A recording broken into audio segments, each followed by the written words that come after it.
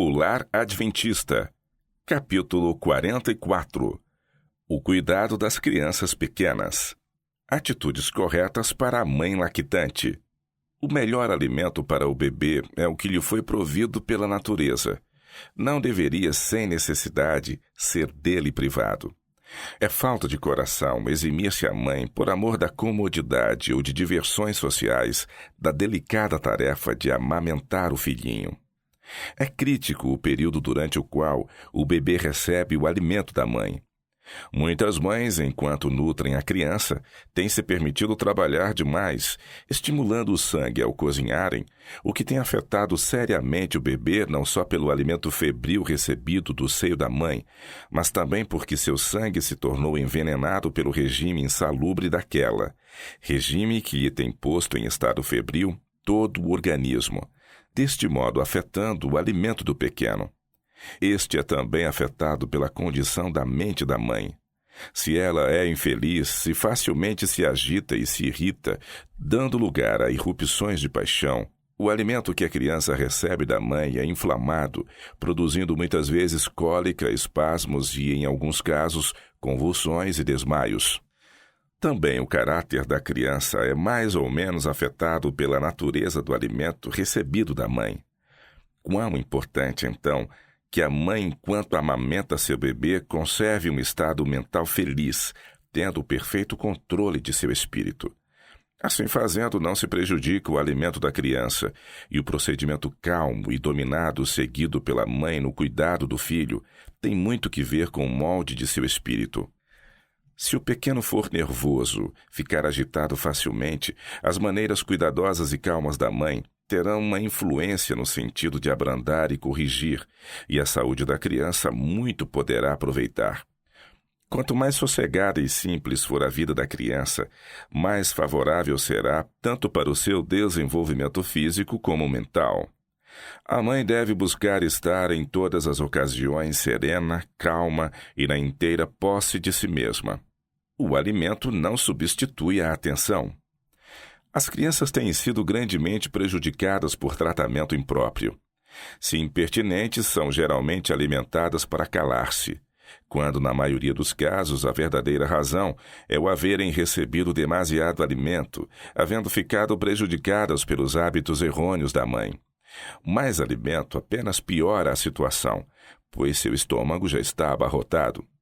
As crianças são geralmente criadas desde o berço para satisfazerem a um apetite e são ensinadas que vivem para comer. A mãe faz muito para a formação do caráter dos filhos na infância. Ela pode ensiná-los a controlar o apetite ou a serem condescendentes com o apetite, tornando-se glutões.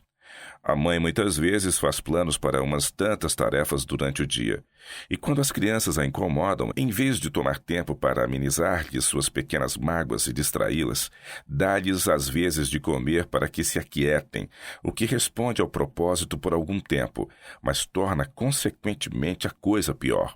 O estômago das crianças foi sobrecarregado com alimento quando não tinha dele a mínima necessidade. Tudo o que se necessitava era um pouco do tempo e atenção da mãe. Mas ela considerou o seu tempo como demasiado precioso para devotá-lo ao interesse das crianças. Talvez o arranjo da casa de maneira atraente que arranque aplausos das visitas ou o preparo do alimento no estilo da moda sejam para ela de mais importância que a felicidade e a saúde de seus filhos. O alimento deve ser saudável e apetitoso, mas simples. O alimento deve ser tão simples que sua preparação não absorva todo o tempo da mãe. Deve tomar-se cuidado, é certo, para que a mesa seja suprida com alimento saudável e preparado de maneira agradável e convidativa. Não se pense que qualquer coisa que descuidadamente se prepare para servir como alimento seja suficientemente bom para as crianças.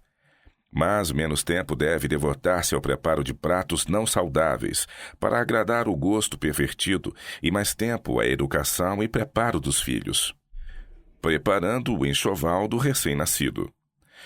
No preparo do guarda-roupa do neném, deve ter-se em vista a conveniência, o conforto e a saúde, de preferência à moda e ao desejo de causar admiração. A mãe não deve desperdiçar tempo em bordados ou trabalhos de fantasias para embelezar as pequeninas vestimentas, sobrecarregando-se assim de trabalho desnecessário, com detrimento de sua saúde e da do pequenino ser.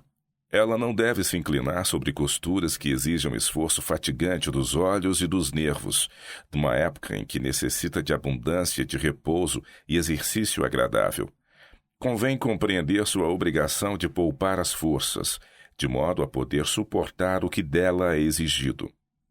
Garantir limpeza, aquecimento e ar fresco. As criancinhas precisam de calor, mas comete-se frequentemente um erro, conservando-as em aposentos demasiado aquecidos, privados em alto grau de ar fresco. O neném deve ser mantido ao abrigo de toda a influência que tenda a enfraquecer ou envenenar-lhe o organismo. Dever-se-ia ter o mais escrupuloso cuidado em manter tudo o que o cerca asseado e aprazível.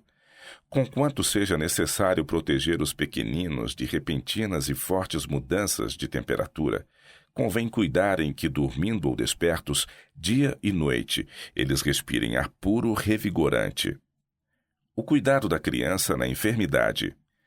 Em muitos casos, as doenças infantis têm sua origem nos erros cometidos na maneira de os cuidar. Irregularidade na alimentação, deficiência no vestuário nas tardes frias, falta de vigoroso exercício para manter o sangue em saudável circulação, ou falta de abundância de ar puro à purificação desse mesmo sangue, podem ser a causa da perturbação. Estudem os pais a fim de ver as causas da doença e modifiquem então as más condições o mais depressa possível. Está ao alcance de todos os pais aprender muito sobre o cuidado e prevenção e mesmo o tratamento das doenças. A mãe, especialmente, deve saber o que fazer nos casos comuns de doença na família. Deve saber a maneira de tratar o filho doente. Seu amor e percepção devem habilitá-la para prestar de serviços que não deveriam ser confiados a mãos estranhas.